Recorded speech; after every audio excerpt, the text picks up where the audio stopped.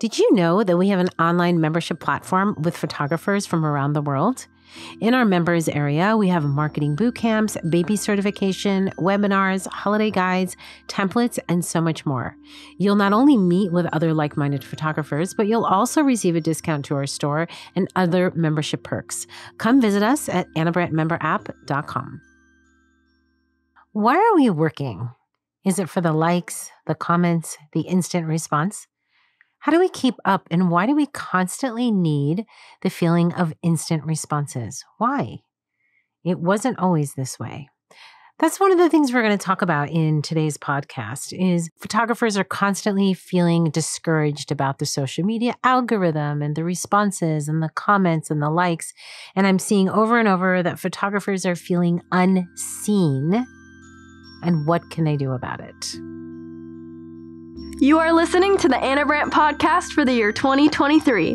Anna Brandt has been a professional photographer for over 24 years and has taught worldwide in over 40 countries. She continues to educate in person and online while running a busy studio in Tustin, California.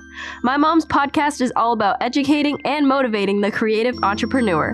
My name is Ava Brandt, and I'm happy to welcome you to the 5th season of My Mom's podcast channel.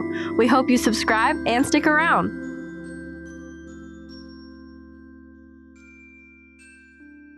It wasn't always this way, meaning there was a time where photographers worked super hard on their lighting and posing, and no one gave them instant public feedback. They relied on word of mouth to get their business, and they weren't doing paid ads on social media.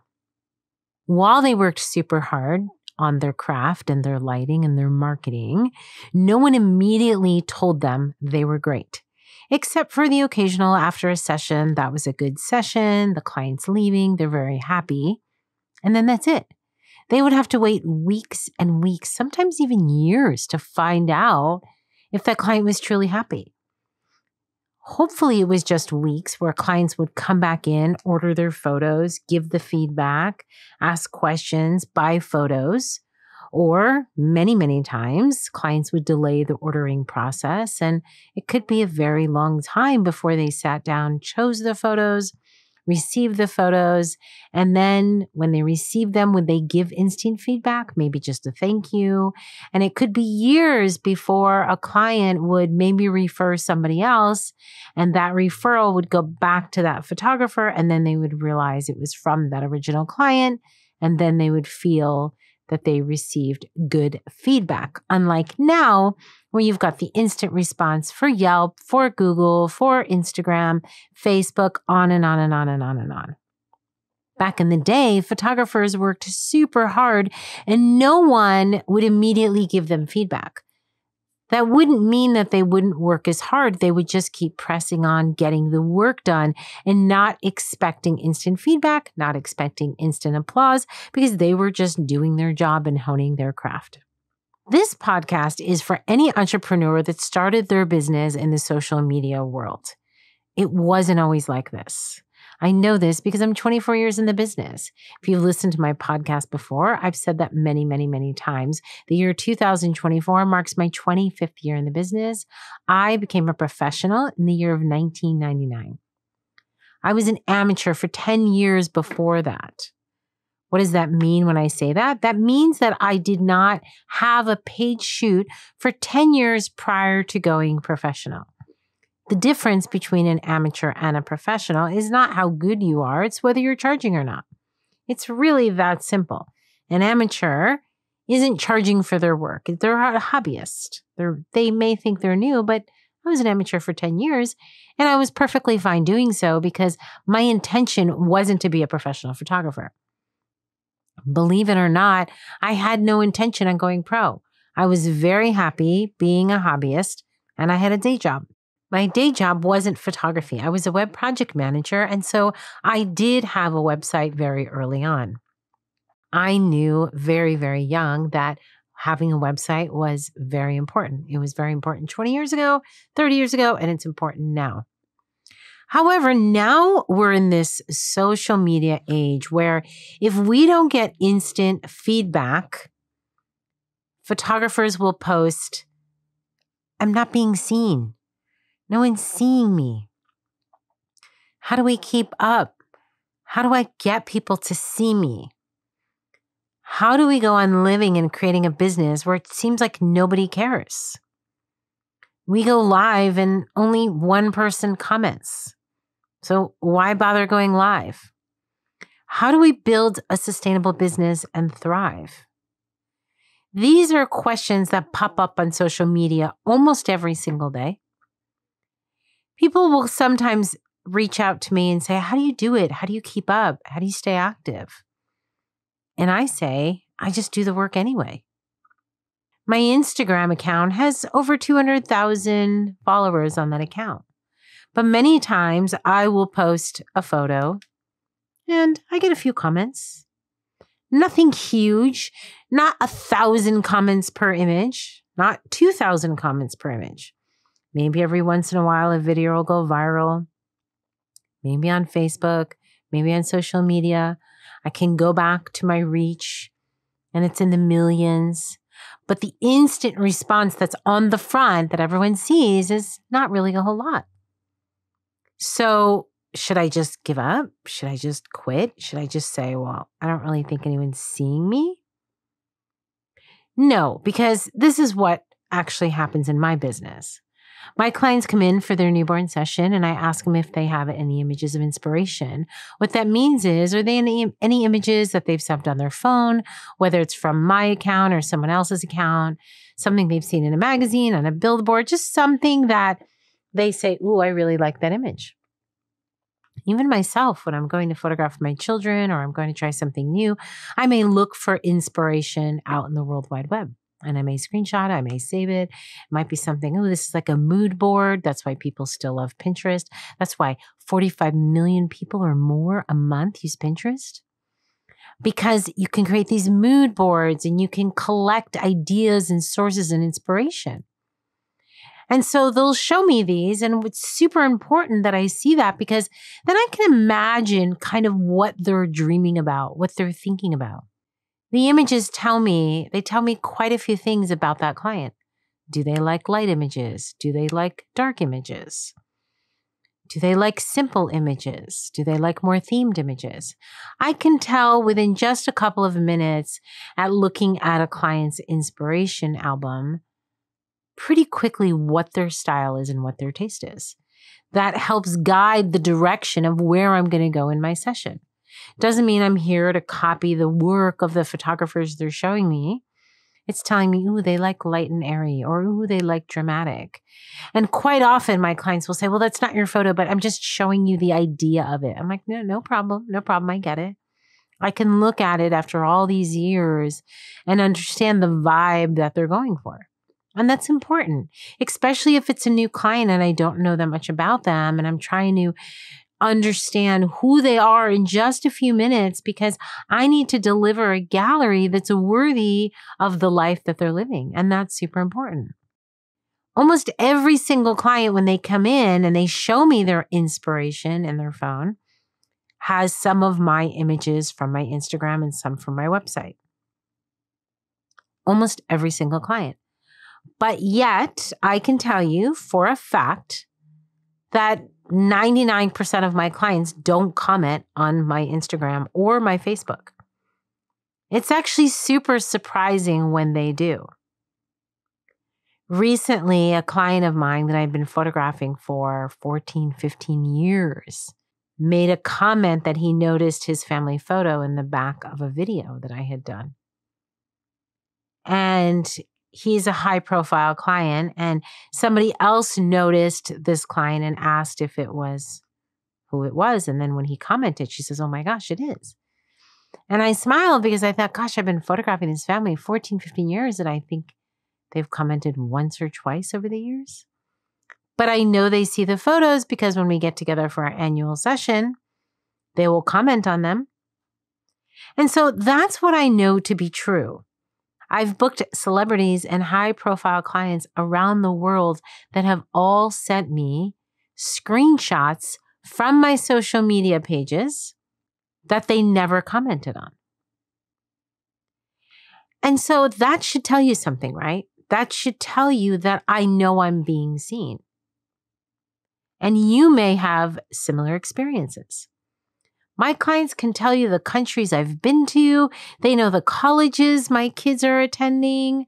They know, I feel sometimes more about me than I know about me. Sometimes I'll come in from an international trip and they'll say, weren't you just in Indonesia? And I'll be like, was I? Or was that New Zealand? Where was I? I don't even remember the last trip I was on, but they know. They're paying attention. When I do get a celebrity booking, they quite often know the other celebrities that I've done, even though because of NDAs, I haven't even talked about them. So I know from talking to my clients, paying attention to my clients, I know that I'm being seen. I know this from the photographers that book my workshops, that attend my mentoring, that buy my products, that I know I'm being seen.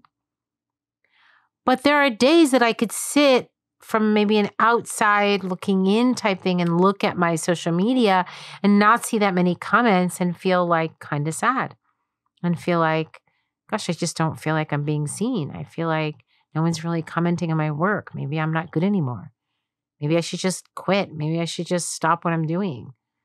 Gosh, I posted that beautiful image of this maternity and I loved it so much and nobody commented. And I got like 5 likes. Do you think maybe I'm not good in maternity anymore? Think maybe I should quit? I'm thinking I should. Don't you? Have you said those things to yourself? Are you guilty? Are you listening in a car? Are you editing? Are you home? And are you nodding, saying, yeah, I've said that before? Does it bother me when people don't publicly comment? Of course. Sure, for like a second. Why? Why not longer? Because I'm busy, guys. I'm busy. I've got work to do. I can't stop and think about who's going to comment, who's going to like. I can't because I'm not here for the likes and the comments.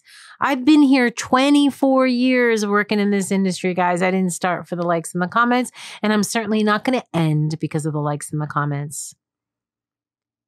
I started photography because I was fascinated that I could see my own image on a camera. And that was super, super important to me.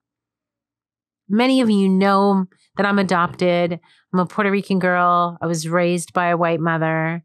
My dad was from Argentina, mixed blended family. And I didn't come in with a photo album. I didn't come into this family with a suitcase full of clothes, with treasured keepsakes from my newborn. I didn't have an ultrasound photo from my mom. I had the clothes on my back. That's it. That's it. So when I discovered photography, and I remember my dad used to always taking photos and sending it to the relatives in Argentina. And oh, they loved the photos. And I remember my grandmother, she was the one at the table every Thanksgiving dinner, every Christmas dinner, taking photos of our dinner and our family. We have tons of photos of our dinners. We were big into family dinners. We had a big family. There were 7 in our immediate family. So you add the grandparents, the aunts, we always would have big family dinners. And we have a lot of photos of it. I didn't come into this family with family dinner photos. I'm pretty sure I never had a family dinner before I was adopted. And so being adopted and coming to this home with traditions and photos and realizing the power behind the camera, the power that you can just snap an image and it is forever in time. And if you print it, it can pass generation to generation. My grandpa lived till he was 97 years old and he passed away when I was in my late 20s. He was a very, very, very important part of my life. And now, 30 years later, I still can have these photos. I have a photo of him in a frame in my home that it's like it was yesterday. I took that photo when I was 25 years old of him staring in my lens because he was so fascinated with my fascination with photography. And he was my only subject that would sit on my sofa in the living room and just stare at me and let me capture his photos. And so I have a lot of photos of him just looking into my camera. They're everything. There was no instant response. There was nobody back in the day going, good job, Anna. That was like the best image you've ever taken. You've got a future. You've got this. Nobody was saying that. When I started photography, I didn't do it to see what others would think of me. I did it for me. And when I quit my day job at 29, that was for me. When I opened up my studio, that was for me. I wanted a space to call my own. That was for me. Now, 24 years later, going into my 25th year, do I still do photography for me? Yeah, sure. Of course I do. Do I get paid to do it as well? Yeah. And that's amazing. Every time I'm paid for a session, it's amazing. Does that mean the session's easy? No. Does that mean everything is amazing? No. Does that mean that everything I take is amazing? No. Does that mean that everything I post should be amazing? No. So let's go back to, does it bother me if I only get 5 comments on an image and someone else that would maybe be considered my competition gets 500 because they have so many fans and friends that want to comment on every post? Look, guys, I'm not in a popularity contest. I never was the most popular in school, and I never even tried to be. I'm here to do the work, and my hope is that you are too. Because I'm seeing it, guys. I'm seeing it. Boys, girls, people of all ages. I see it on social media all the time. Comment if you're seeing this post. I'm going to clean out my Facebook friends. If you haven't commented on a post that I've done recently, you're off my feed. How many times have you seen that? Time to clean up my friends list because no one's commenting on my life. So that means you must not think I'm important. So time for you to banish me from my friends list. Do you not want to be banished? Then make sure you comment on this post so I don't banish you forever.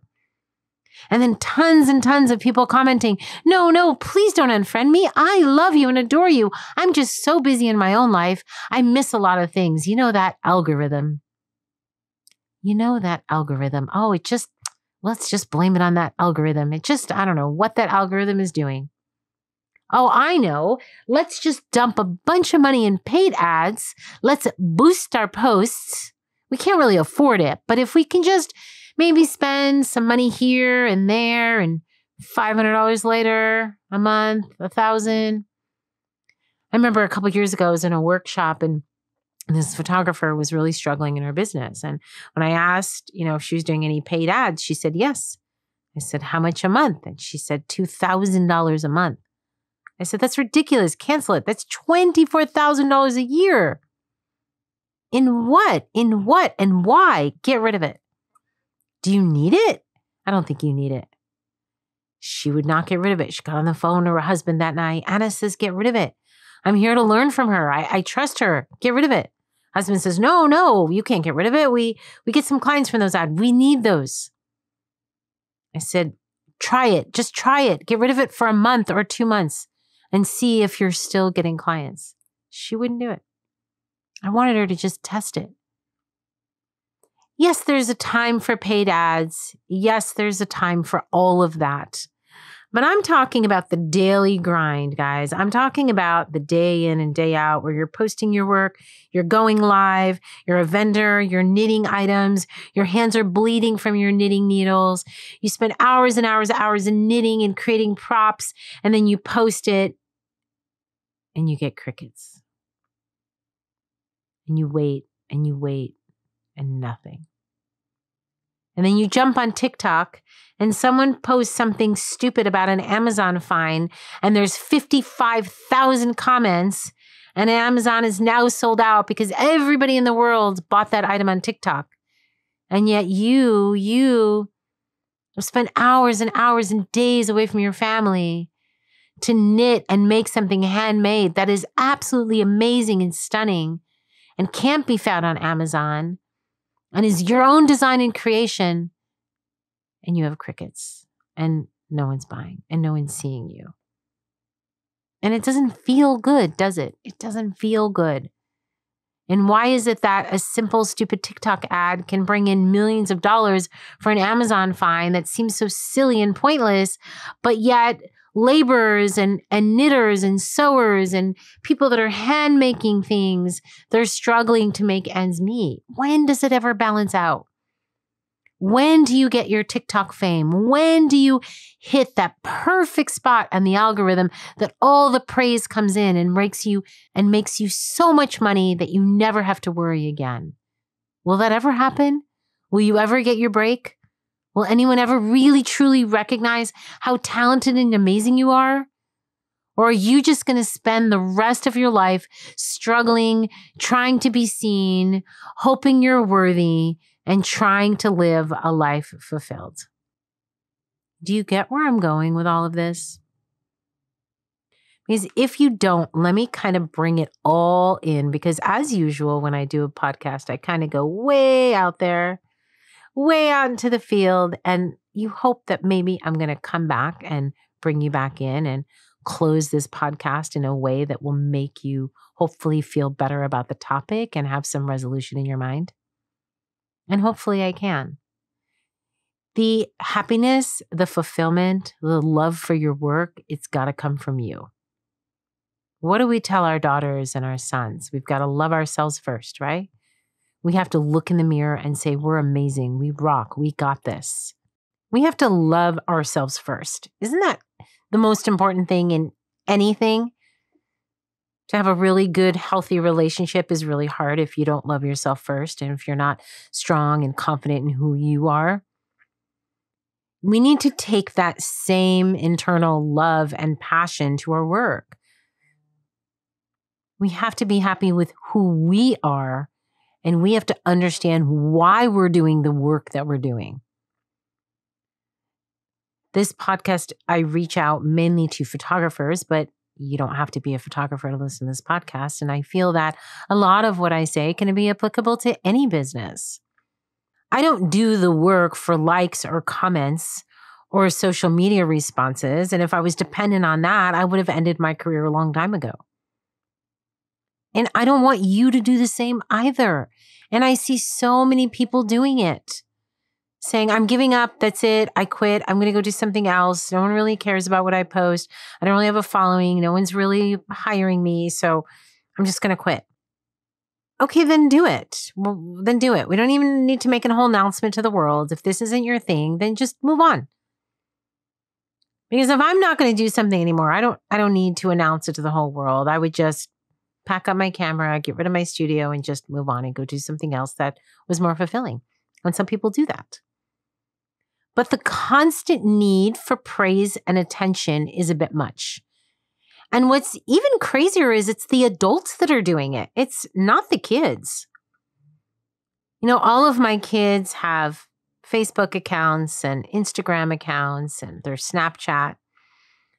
And, you know, my daughters are so funny because sometimes they'll, you know, strategically plan when they're going to post for their followers. And, you know, they curate their socials. And, you know, but my son, he doesn't post as often as I wish he would because I think his work is fantastic. But when he posts and just kind of moves on. Because if he sits around and waits for the likes and the comments and the responses, he's not going to be motivated to keep working. Would it be great if every time he posted, there were just as many followers commenting on his post? Wouldn't that be great for all of us? For you, for me? Gosh, I have over 240,000 comments. Wouldn't it be fantastic if all 240,000 people commented on every picture I made? Honestly, I think that would be a little overwhelming because then I would feel like I had to respond to all of them, and that would be a full-time job. But honestly, statistically, that's not going to happen anyway. I mean, let's look at the accounts that have millions of followers. They may have 200,000 comments on a post, but look at their main number. Their main number is like 10 million. Obviously, they're not going to have 10 million respond, or that would be very overwhelming. And so think about it. Think about kind of that number, right? Many times it's less than 1%. We can't all have constant response to everything we're doing all the time. You'd have to hire a whole social media team to do it. And is that why you're doing the work anyway? It's not why I'm doing the work. Why are you a photographer? Why? What prompted you to pick up that camera? What is your reason? What is your why? Why are you doing this? Whether you started doing this in the social media generation or before, I'm pretty sure there's nobody listening to this podcast that would say, oh, I did it because I wanted to get 100 comments on my Instagram post. I'm pretty sure none of you are going to say that, right? You're probably going to give me 5,000 reasons why photography fuels your soul. Why being a creative makes you happier than you've ever felt in your life. Or maybe you had another job and you switched to a different job and photography is making you more money and you just love it. Tap into that. Please, I beg you, tap into that.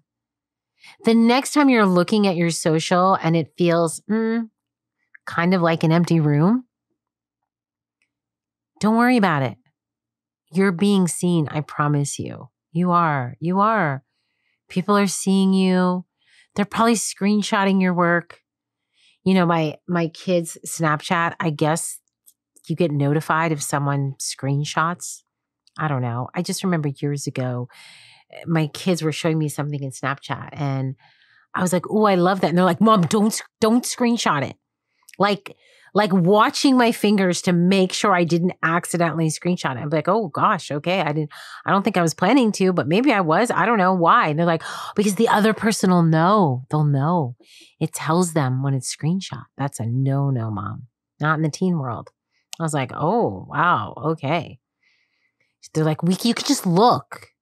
Don't only comment if it's a certain friend of a friend. Oh, there's lots of rules in the Snapchat world. I laugh. Could you imagine if that was the case in Instagram? Oh my, we'd all be called out, right? I mean, are you laughing just thinking about it? Think of how many times you screenshot your competitor. I know you do. I'm going to say it again. You're being seen. You are. What is it that you really want? Do you really want millions of comments on every single Instagram post? Or do you want a profitable business? Do you want clients referring you to their friends and family? Do you want people paying your prices and not trying to haggle you? I would think it's the latter, right? I would think that you would love to have a thriving business, that you would love people to refer you and recommend you, and that you would love for people to pay your prices and for you to feel satisfied in the job that you're doing and to pay your bills at the end of the day, right? Spend time with your family, vacation. That's what you want. So let's focus on that. Can we do that? Can we just stop going to social media and begging for likes and for comments and just posting your work? And if you get some comments or likes, fantastic. And if you go viral, super fun. But do the work. Do the work anyway, as if nobody's watching. Because people are always watching. Always. They know, trust me. They know, they see you. And when they come into your studio, your space, your home, and they hire you and they start talking about the photos you've done, just smile. Just smile and say thank you. Don't complain about the algorithm and complain about how social media is dead and nobody's being seen on Instagram anymore and Threads is hanging by a thread. I mean, you guys, things are going to come and go. Remember MySpace? Remember AOL? I mean, things are going to come and go. 10 years from now, Facebook and Instagram might be something else. I mean, heck, Twitter's not even Twitter anymore. It's almost like we assume that these social medias it's just going to be forever and ever and ever, and this is how it's going to be. And it's not, guys. It's not. It's going to change and it's going to be something else. But you know what is going to stay constant and consistent and the same? You. Hopefully your work improves. Hopefully your self-esteem improves and your confidence, which I believe comes with time and with experience. That's why people, as they get in their 40s and their 50s and their 60s, that's why they'll start telling you that they feel happier and happier the older they get. That's something that definitely when I was in my 20s, if somebody who was in their 40s said, oh, I'm just happier than I was in my 20s, I'd be like, yeah, whatever, you're old. But I get it now. I get it as I'm getting older. As I'm getting older, I care less and less what people think. I don't look for the instant satisfaction. I don't look for the gratification. As I'm getting older, I'm thinking about the legacy that I'm going to leave behind to my children. And I think about what are the lessons that I can give to them. And I think about how can I help them navigate their school and their work and their relationships. That's what's important to me. Raising good, kind humans that have the esteem to go do whatever it is that they want to do and not wait for approval, instant glorification. And so I think as you get older, your focus becomes better. And the need to not have to fit in all the time becomes less and less and less. If you're listening to this, whether you're 20, 30, 40, 50, 60, 70, I don't even know. I don't know how old my oldest listener is or my youngest listener. It really doesn't matter to me.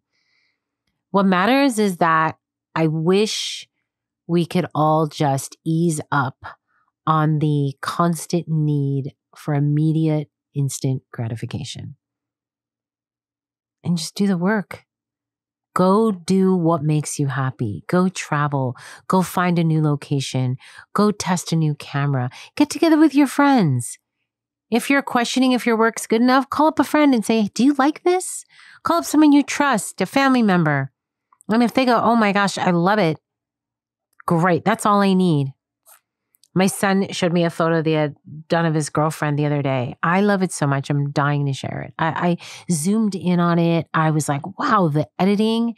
Did you do that or did you outsource it? He's like, I did it. I was like, it's amazing. And each time I said it, he was like, thanks, Mom. And I was like, I think I've complimented him 50 times in text and verbal. And each time he said, thanks, Mom. Like a genuine thanks, Mom. Not thanks because you're my mom. It was like he really, really was grateful that I really loved it. I mean, I love it, love it, love it. And I was like, it's really good. The lighting, the editing, the pose, it's just brilliant. For a 22-year-old, I just thought it was definitely way better than any work that I was doing at 22, that's for sure. And, you know, I tell him and my daughters, I'm their biggest fan. I will praise them to the day that I can't do it anymore. And that doesn't mean that everything they do is good. There are times for critique and there's times for conversations. But those are the people you need to go to. Go to your friends, go to your family, go to your peers. Say, hey guys, I need some love. Can you give me some love? I need some love today. Because if they love you and they support you, they're going to give it right back. And let's cut out all the negative algorithm. No one sees me. No one loves me. I'm going to delete you from my friends list. That's just let's just move on from those conversations. And let's just get the work done. Do you think we can do that? I think we can, because I'm too busy to worry about it. And my hope is that you get so busy that you don't worry about it either. And some of you are. Some of you are probably listening to this going, Anna, I am way too busy to even care. I just move on. And others are going to go, Anna, it does affect me. It does bug me. And I do feel less than. But tomorrow, I'm not going to. Tomorrow, I'm going to look in the mirror and say, I love myself, and I'm going to do the work, and I'm going to hug my clients, and I'm going to thank them for coming, and I'm going to just hope and pray that they're happy with the work that I do, and then I'm going to move on anyway. That is my hope for you. As always, I hope that something I say in this podcast resonates with you. I hope that something strikes a chord, hits a nerve, makes you think that you're not alone, because you're not. And it's hard. It's hard because this can be a very, very, very lonely, cruel world. But we're all working. We're all trying to do the best that we can do. And that's all we can hope for, right? I'm Anna Brandt. Thanks for listening.